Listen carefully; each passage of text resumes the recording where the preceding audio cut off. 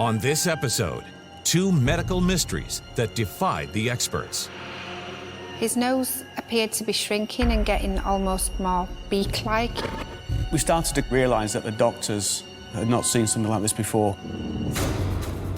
Sharon and John Crowther are on a desperate worldwide search for a doctor who can tell them why their son Harry is transforming before their eyes. They knew there was something wrong with me, but they just didn't know what.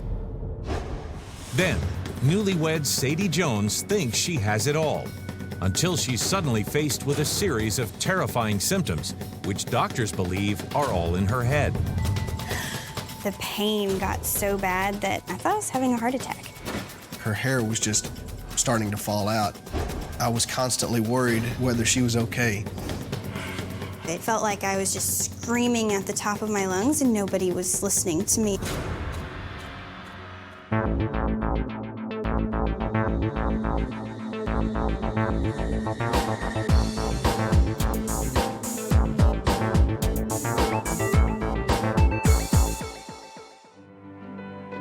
Sharon Clough and John Crowther grew up near each other in West Yorkshire, England. But it wasn't until they were teenagers that they met and fell for each other. I've known John since I was 15 years of age. I always knew I wanted to be with John. The minute I set eyes on him, yeah.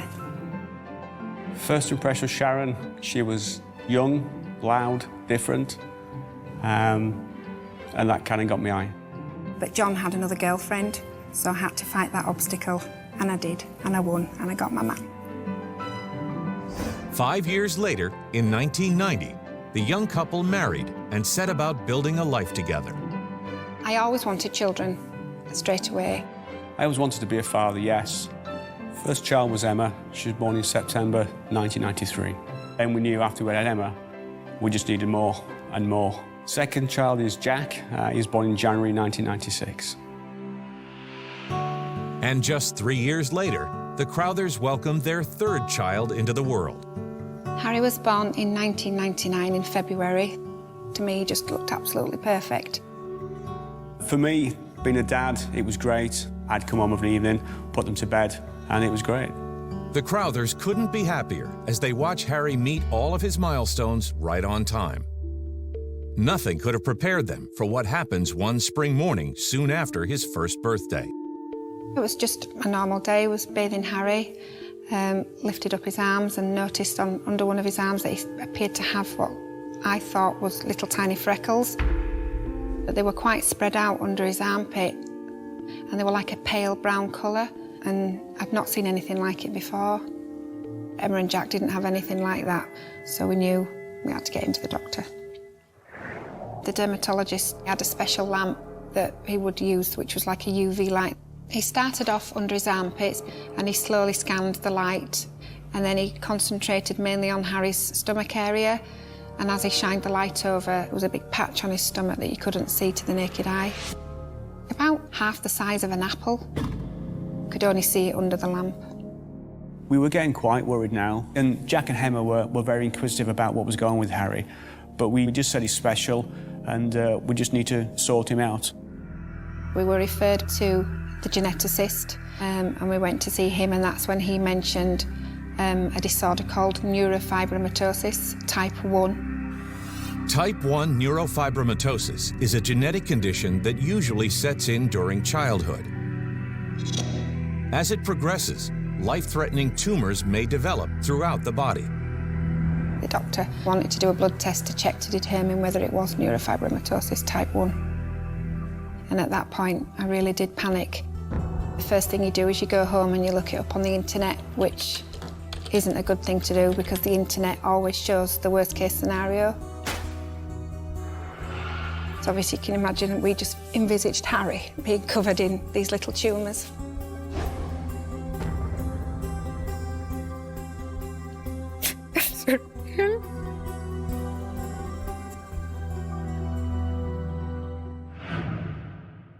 The waiting was quite traumatic. We pretty much feared the worst.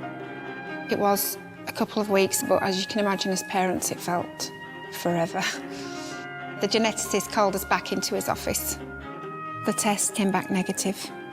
So, as you can imagine, it was a big relief.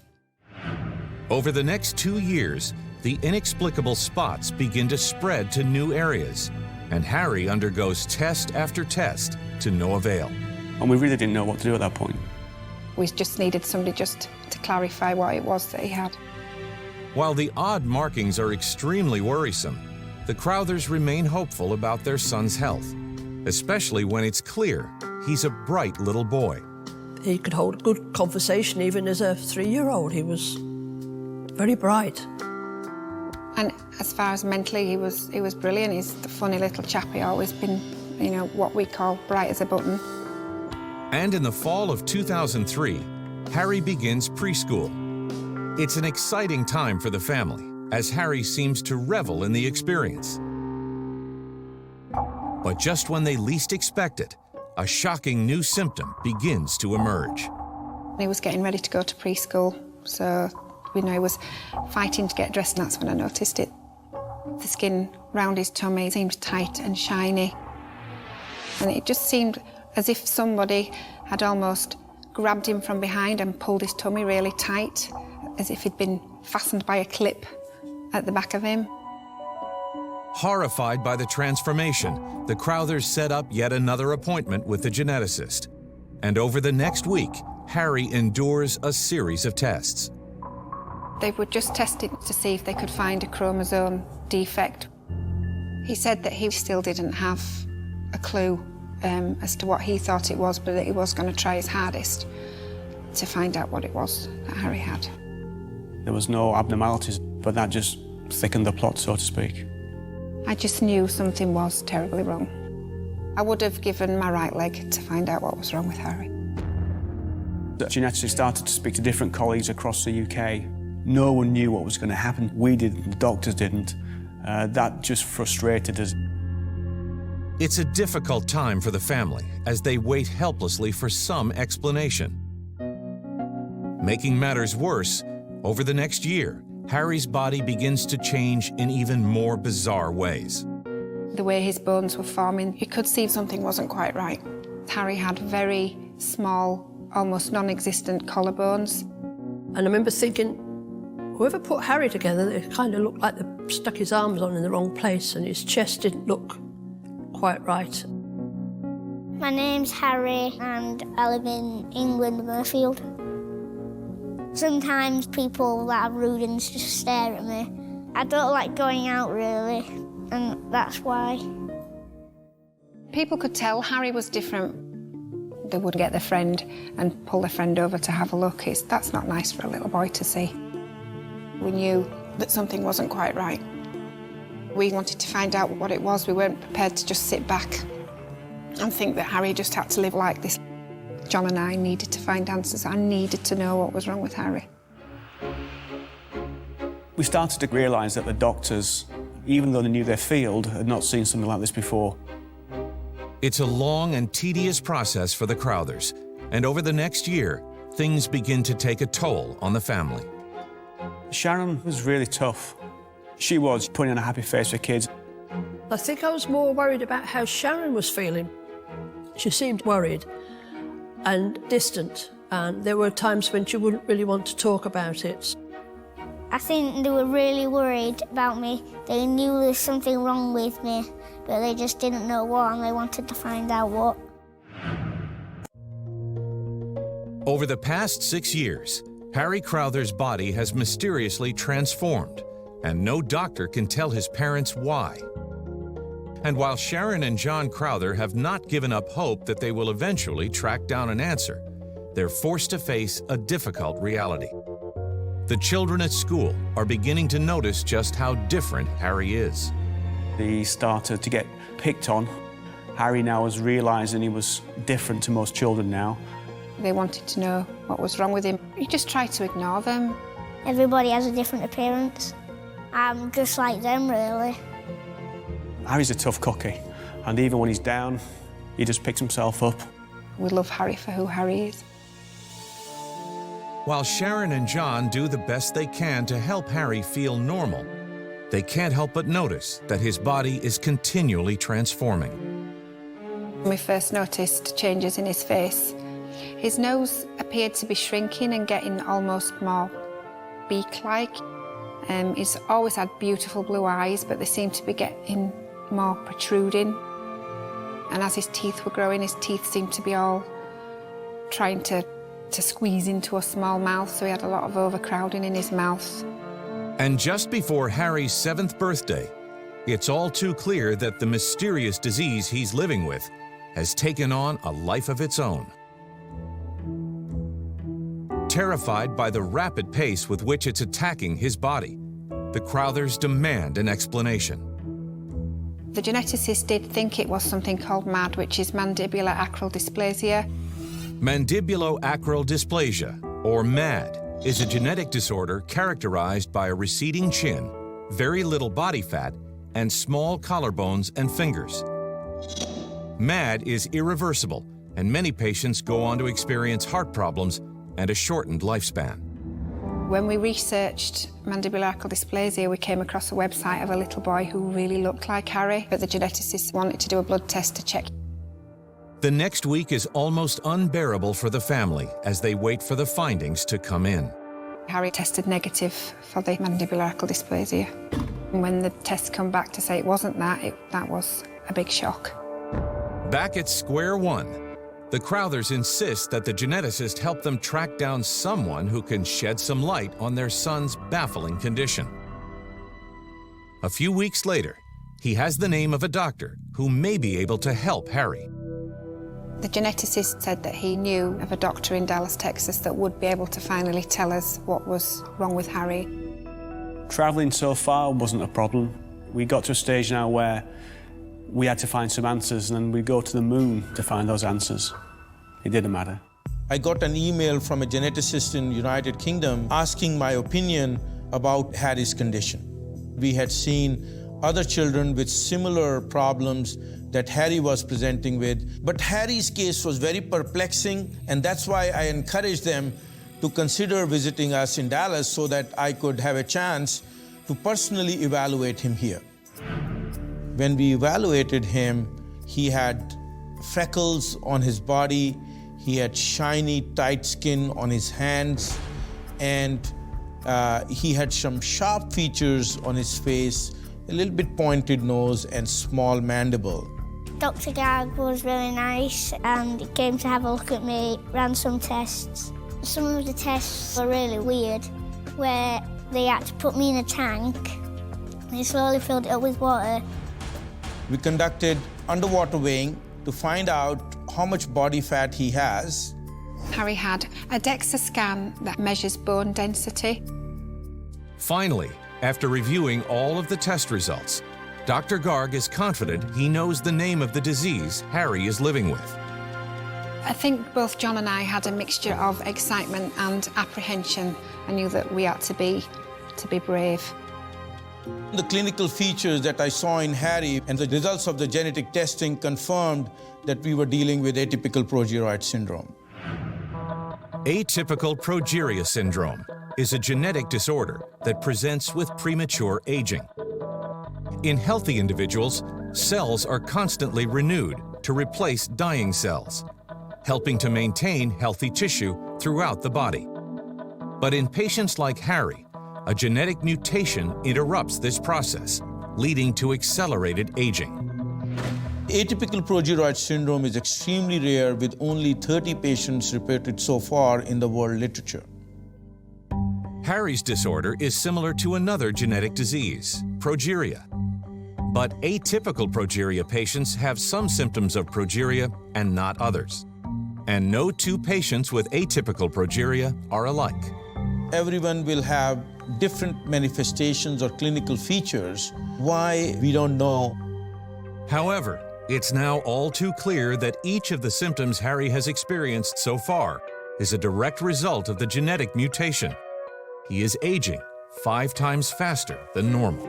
To finally have a diagnosis for Harry was a big relief, but equally it was frustrating that he could only say what he thought might happen, because each patient obviously goes through it differently. You know, your worst fear is you don't know how long your child's got to live.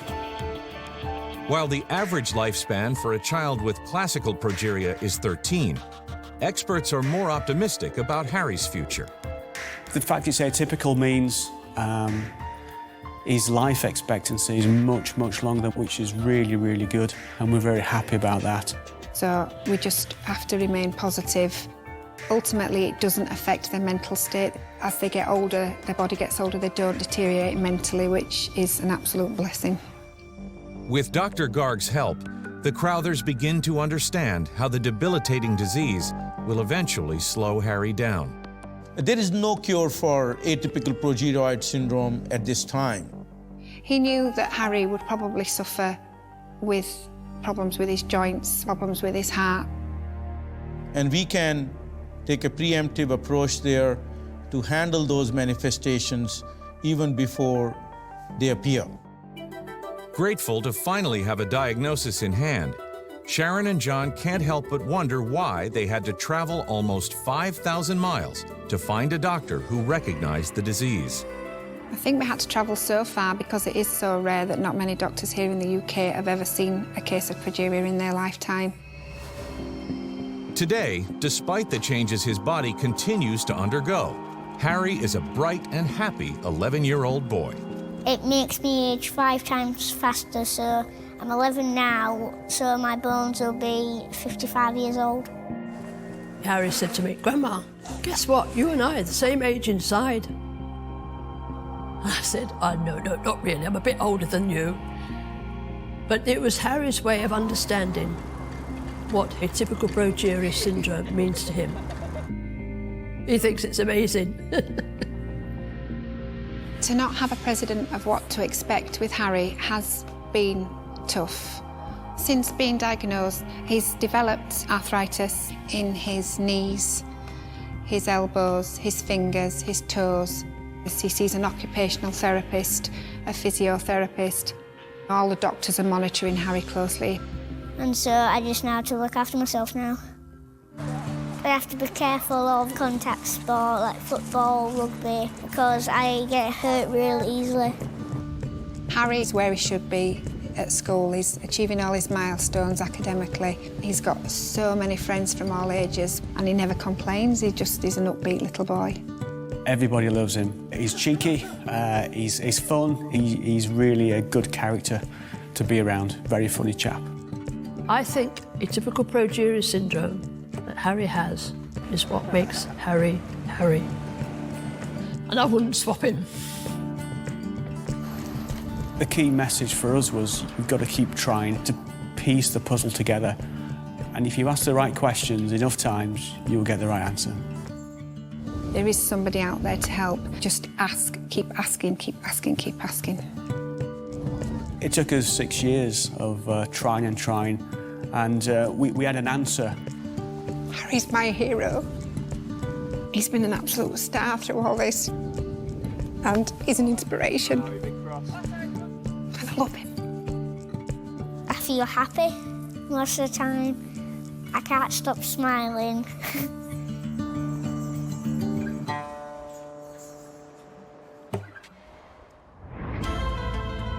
Next, Sadie Mills is forced to face a series of bizarre symptoms that turn her life upside down. In 2004, 19-year-old Sadie Mills was a happy, healthy nursing student living in the small town of Weatherford, Texas, and working toward the dream she'd had since she was a child. I decided I wanted to be a nurse when I was probably about 6 years old. Every time somebody would get a scrape or something like that, I would put a Band-Aid on it. And another dream seems to be coming true when Les Jones, a paramedic, enters her life. I met Les as a student in college. As part of one of my classes, we had to ride on the ambulance with the paramedics and assist patients. I rode out on his truck, on his ambulance. I started talking and we've been together ever since, pretty much. We were constantly going and doing things, and we would go to museums and we would go to Fort Worth shopping and walking through downtown. We stayed really busy all the time. We dated for 2 years, and One day he took me to my favorite restaurant in Fort Worth, and he asked me to marry him, pulled the ring out of his pocket. We were married December the 16th, and it was a very small wedding at my mother's house. It's really sweet. Everything was going as good as I could expect it. I was in college, and Les had a good job. We had just got a new house. Not long after getting married, Sadie is awakened one night by an intense and unfamiliar pain. It was probably about 1 or 2 o'clock in the morning, and I woke up suddenly. It felt like somebody stabbed me in the chest.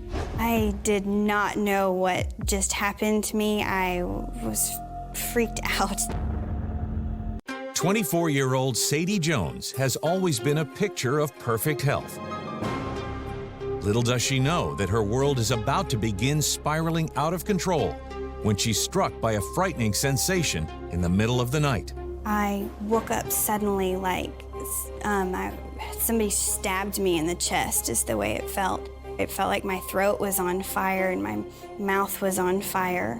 Never had anything like that before.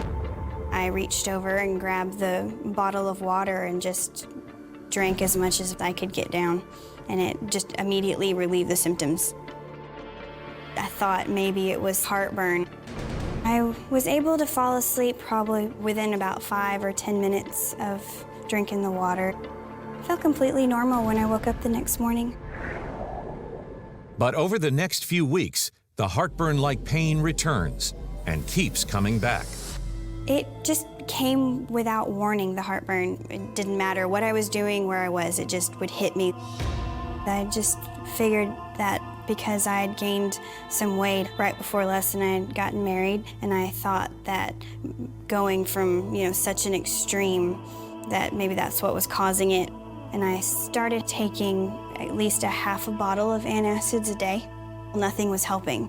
I think maybe initially she thought that it was normal and other people felt it too, and she was just overreacting to it.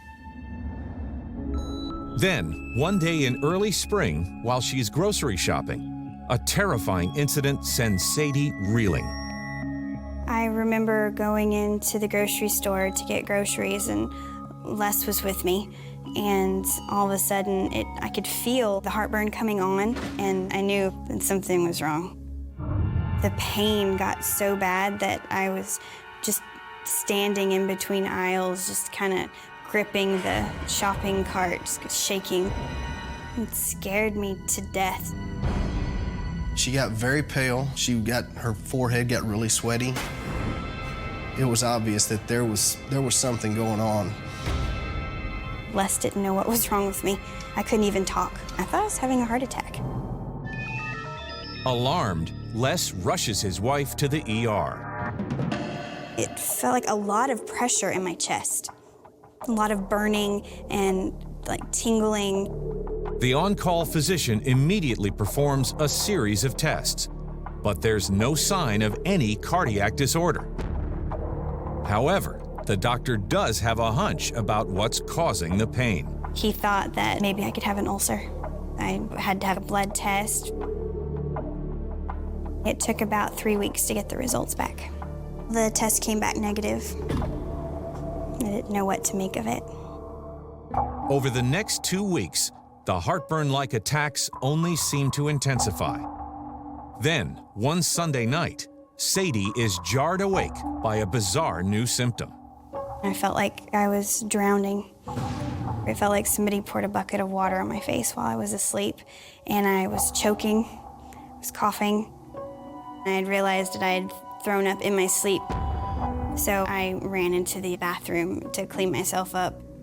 And I was afraid that if I went to sleep that I would do it again.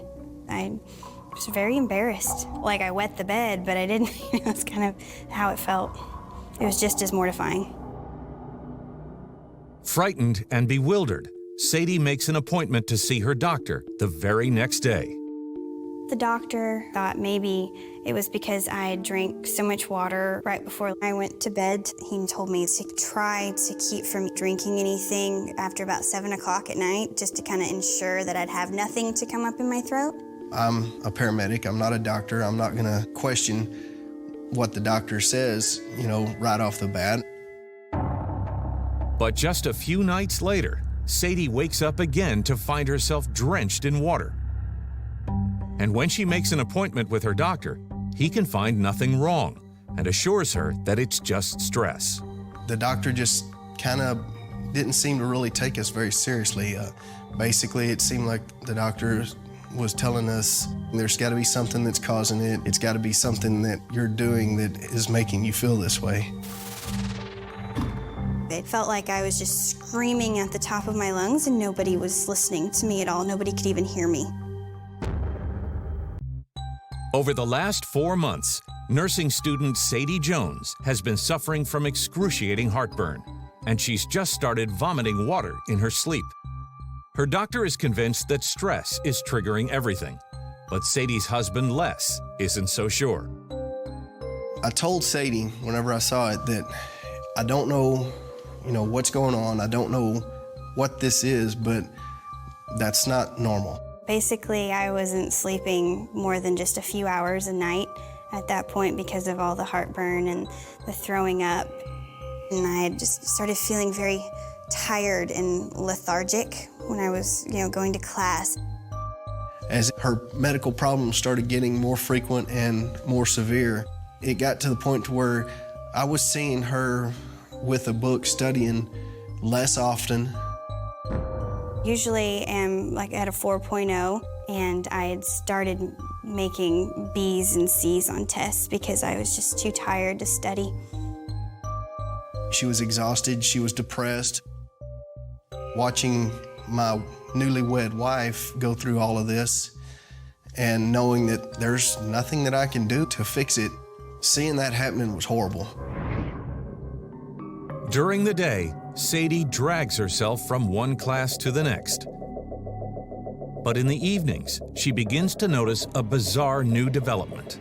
I would be eating something, and I felt like I would get too full, and water or food would come up into my mouth. It wasn't digested at all. I knew my food wasn't going into my stomach, and that scared me. She didn't feel good because she didn't know what was going on. She was honestly frightened, and you could tell that she wanted it fixed. I just was very, very tired of it. I didn't know what to do anymore. I went to the doctor and told him I'm throwing up everything I eat. I am hungry and I can't eat anything. He thought that I was just getting really stressed at school or something. He said that it was all in my head. I kind of started just suspecting maybe that is what it is. Maybe I am crazy, I don't know. But just when they think things can't get any worse, Sadie develops another humiliating problem. One day, about 6 months into having the heartburn, I was in class and all of a sudden I got this really loud hiccup. And these were just, they wouldn't quit, and they were extremely loud and embarrassing. I couldn't get them to stop. I was just sitting there thinking, what am I gonna do? I need to leave class. And it lasted all day long. It was very weird. I'd never had anything like that happen to me before. And it's not long before the embarrassing episodes are happening several times a day. Nothing really seemed to relieve them at all. It hit me in the middle of a test, and I would have to get up and walk out, which you're not allowed to do. She would shudder whenever she would hiccup because it was so violent. I looked it up on the internet, and it said that people in stressful situations can get really bad hiccups. I just figured that's what was causing it. As she started having more problems, she got to the point where she didn't want to go out. We spent a lot more time at home than what we normally did. I was very embarrassed by the whole thing, and just being married, you want to go and have fun and be together. I was emotionally drained. I felt like I wasn't even me anymore. After living with the strange symptoms for more than 6 months, Sadie is hoping that a drive to the country will cheer her up. But nothing could have prepared her for what's about to happen. We were driving, and then I kind of felt uncomfortable, like I had drank the fizzy stuff off of a soft drink or something, and it was kind of just in the back of my throat. Sadie had a feeling like she needed to burp, but she couldn't. So I pull over on the side of the road, and she opens the door. It was like she was vomiting, and on the ground beside her door was a big pile of bubbles, like the head on a beer. Like dish soap foam. It was really thick foam. She looked like she was scared to death. We had no clue what was going on. Over the last 8 months, a seemingly ordinary case of indigestion has escalated into a nightmare for Sadie Jones. She suffers from attacks of intense heartburn-like pain, violent hiccuping, and an inability to keep any food down. And now, during a drive to the country, Sadie has started spewing soap-like white foam. It made me feel like we've got to find, we're gonna have to go to the doctor with this. We've got to find out what's going on. I went into the doctor's office and I told him I can't eat anything. I'm losing weight. I've lost like 10 pounds just this week alone. And he said, kind of sounds like you have an eating disorder. I said, well, I'm not making myself throw up. It's just, it gets too full, or I feel like I'm too full and it just comes up. And he said, well, it's probably something psychological, and a lot of bulimics do that. I was very angry.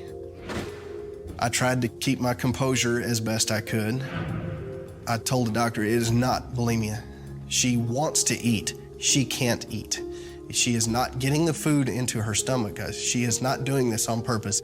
I was insulted because the doctor's just not seeming to believe what's going on. He said to come back in another 2 weeks to see him if it got any worse, and he also had told Les to watch me as well to see if it was an eating disorder or see what I was doing. I didn't know what to do. It was frustrating. I didn't know what else to tell him without it sounding like I was crazy. Watching all of this take place with her and knowing that, there was nothing I could do to change it or make it better, that's pretty rough. It started getting to the point that I was constantly worried about whether she was okay. Over the next 2 months, Sadie does the best she can to grin and bear the incapacitating symptoms. I probably lost about 35 pounds by that point. I felt very, very weak. I would break out into tears in the slightest little thing. You could tell she just didn't look as healthy as she did before. Her skin didn't have the glow that it used to have. She could run her fingers through her hair and she would have a wad of hair in her hand. Her hair was just starting to fall out. I was a hermit stuck in the house, afraid to go anywhere. I couldn't even let my husband hold me at night. At Thanksgiving, Sadie forces herself to make it to her family's festivities. But even that only makes her feel worse. It was torture to smell the food that my mom had made that day. I probably hadn't eaten more than maybe 2 or 3 bites of food in about 6 or 7 days at that point. I went ahead and I made my whole plate like I normally do. I took a few bites of it and immediately had to go to the bathroom and throw it up. Sitting across the table from somebody that you love, her stomach is growling and she's starving to death and she's so hungry. It was heartbreaking. I just sat on the couch and started crying. Everyone just really, really noticed that day something was seriously wrong with me. My mom sat down on the couch beside me and Les. She said I looked like I was dead. She said I looked very sick and my skin was gray and she said that I have to get something done or I'm gonna die. That was the major turning point because I wasn't gonna watch her do this anymore. I called and made an appointment with our family doctor. Either our doctor was gonna tell me what was wrong with her, or he was gonna send me to somebody that could. Once Les got up and was telling him, "You're going to do something about this," the doctor said, "Okay, well, let me go make a few phone calls," and called one of the local gastroenterologists. He said that this doctor can see you today, and that's how I finally found Dr. Huggins. When Sadie presented to the office, she had a variety of complaints, and there was a great deal of urgency, primarily because of her extreme weight loss. 30 pounds in a young individual oftentimes is a red flag that there's something serious going on. He said that he thought that he might know what it was, and he had to make sure. I could tell by looking at his face that he didn't think that I was crazy. We wanted to go and look into her esophagus to see what was going on. So we scheduled an endoscopy. Basically, an endoscopy consists of taking a small tube and placing it down through the esophagus into the stomach.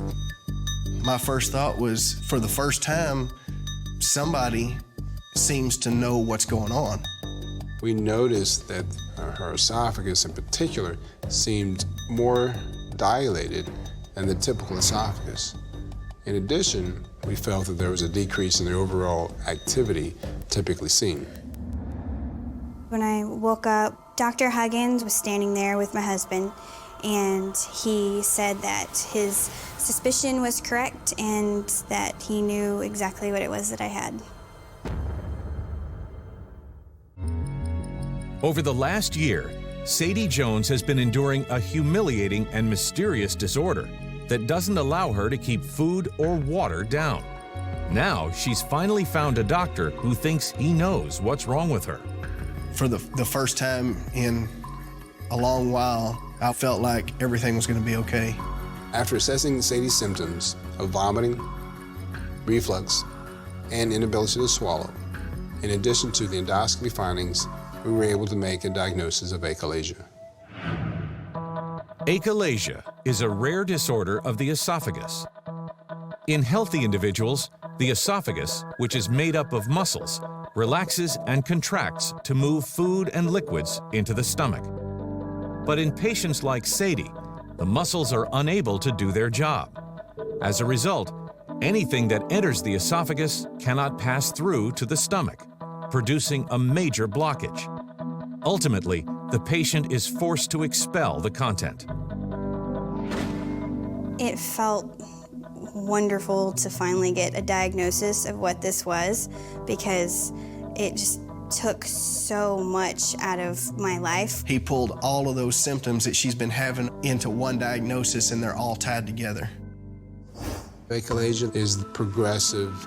You can have spasms of the esophagus in achalasia.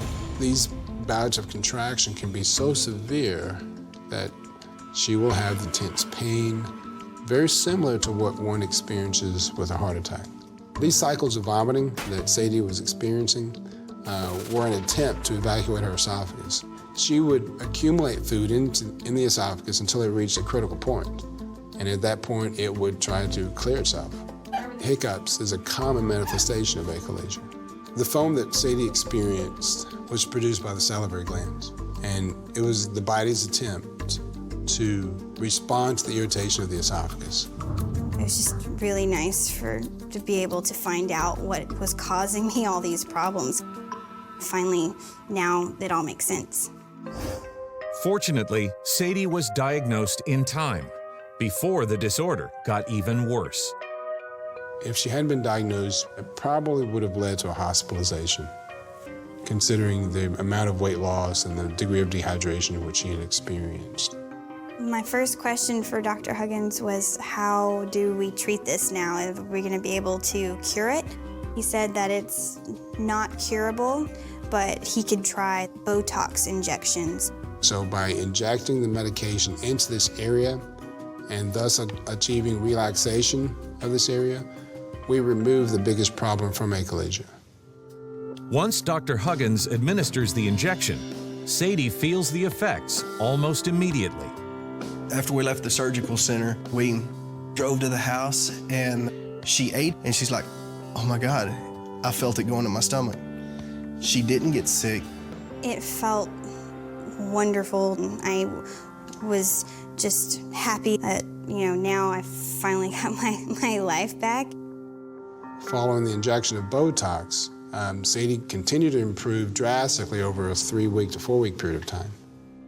How long the Botox lasts varies from patient to patient, but Sadie will need treatments every 4 months or so to keep her symptoms in remission. Over time, you'll have to go back and re-inject that tissue and achieving the same goal again and again. While Sadie is thrilled to be eating and sleeping again, she and Les can't help but wonder why it took so long to put the pieces of the puzzle together. Over the last 14 years, I've seen approximately 20 to 24 cases of achalasia. The disease isn't very common. It is such a rare thing. A family doctor is just not going to know what achalasia is right offhand. So I was lucky to find a gastroenterologist that knew what that was. Today, Sadie is fully recovered, busy once again pursuing her studies to become a nurse and living her life to the fullest. It's been about 2 years since the diagnosis, and the Botox seems to be doing a really good job right now, and I live my normal everyday life like I did before. Sadie is my best friend. She has been since we first started dating, and I can't think of ever being without her.